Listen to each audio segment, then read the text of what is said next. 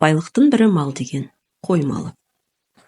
Үй қойларының ата тегі муфлон, арқар және жабайы қыр қойларына барып тіреледі де, қазіргі тұқымдары қысқа құйрықты қой, ұзын ары құйрықты қой, май құйрықты яғни жалпақ құйрықты қой деген түрлеріне бөлінеді. Бұлардың ішінде қазіргі қазақ мал шаруашылығында Қаракөл қойы, оның туған жері Бұхара және Хиуа жас қозыларының елтірісі дүние жүзіндегі ең жақсы сапалы саналады. Еділбай қойы қазақ қойларының ішіндегісі ірі, үлкен құйрықты, салмақтысы жүні қылшықты және ұян. Меринос қойы жүні қылшықсыз, биязы, ұзын жіңішке келеді, өсіріліп келеді. Сондай-ақ қой малының еті мен тұрқын ерекше бағалаған жұрттарға Гиссар қойы Өзбекстан мен Тәжікстанда өсірілетін өте салмақты қылшық жүнді. Жайдары қой өте салмақты жақсы жүнді, құйрық бітістері әртүрлі. Өзбекстанда өзіміздің оңтүстікте жеке меншікте өсіріледі. Қой жасына, еркек ұрғашысына қарай, ұрғашы қой, төлдейтін қой, саулық қой, көбінесе 5 жастан асқан қой, дөнен қой, 4 жастағы қой, құнан қой, 3 жастағы қой, сек қой, 2-3 жастағы піштірілген еркек қой, тұсақ, екінші көктемге шыққан былтырғы қозы, тоқты 6 айға толған еркек ұрғашы қозыларға ортақ ат. Кебе, кете қозы, көбей, көрпеш, көрпелдес, көбеген, ерте туған қозы. Бағлан, марқа, сырбас қозы, жетілген піскен мағынада. Қозы, туғаннан тоқты болғанға дейінгі жалпы атауы. Қошқар, қойға жіберілетін еркегі. Азбан, 6-7 жасқа келген қошқарлардың тұқымсыздығына қарай піштірілгені деп аталады. Қой дене бітісіне байланысты.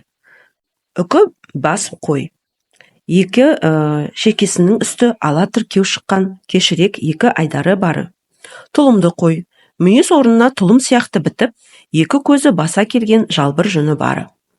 Түймелі қой. Тамақ терісінің сыртын ала пайда болған жұмыр түйме тәрізді кішкентай салпыншақ безі бары.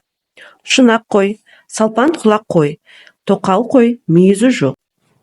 Тегене құйрық, қалақ құйрық, таңқы құйрық, салпы құйрық қой деп жіктеледі. Сауылына байланысты үріптеу. Қойдың қозысы емізілмей сауылады. Жебу. Емізбей тұрып бір рет сауып, сосын көп уақыт өтпей екінші сауылуы. Астынан идіру. Үріптеп алғаннан кейін қозыны емізе отырып идіріп сау. Жанай идіріп сау. Қозыны еркін емізіп қол бермей, жанастырып барып, қой исінген кезде сауды айтады. Жүн бітісіне байланысты. Тірі жүн. Қысқы қалың ұйысқан жүннің астынан жас шыға занадан шыққаны. Өлі жүн. Қырқымға дейін түспеген ұйысқақ жүн. Ол пайдалануға жарамсыз. Бояу алмайды, морт. Жабағы жүн. Терімен шайырымен өзара кірігіп ұйысқаны. Жабыл жүн.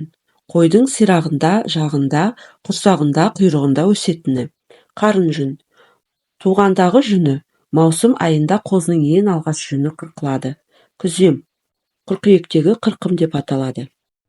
Мінезіне байланысты. Жанбақы қой. Сауғызбайтын, жетекке жүрмейтін тырысқақ. Жердік қой, өз қозысын үнемі емізбейтіні. Қатыбас қой, қозысынан жеріп, тек телу арқылы емізетіні. Бедіреуік қой, тек қозысына ғана иіп сүт беретіні. Балажан қой, өз қозысымен бірге басқа да қозыны жерімей қоса емізетіні. Тағы басқа өлінеді. Қой малында топалан, ыстық кезде шығатын, басты шайқатып, бүйірді соғып ыңқылдататын, іш өтіп, бір орныңда мелшиіп қоятын өте жұқпалы індет. Күл. Қыздырмаға ұшыратып, терісін мен кілегей қабағына бөрткі шығаратын жұқпалы ауру. Сарып. Бақай арасынан ісіп шығатын ауру. Секіртпе. Ұлтабар мен ащы ішектің ішкі қабағын қанталатып, зақымдайтын ауру. Сары буыны. Буынды ісіріп сары су жинайтын ауру. Бөгежек.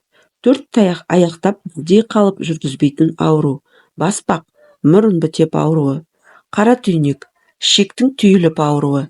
Алан, топаланның бір түрі. Қара сүйел, аузына немесе аяғына шығатын сүйел. жарғыш, өзінен өзі іші жарылып өлуі, тағы басқа науқастарға ұшырасады.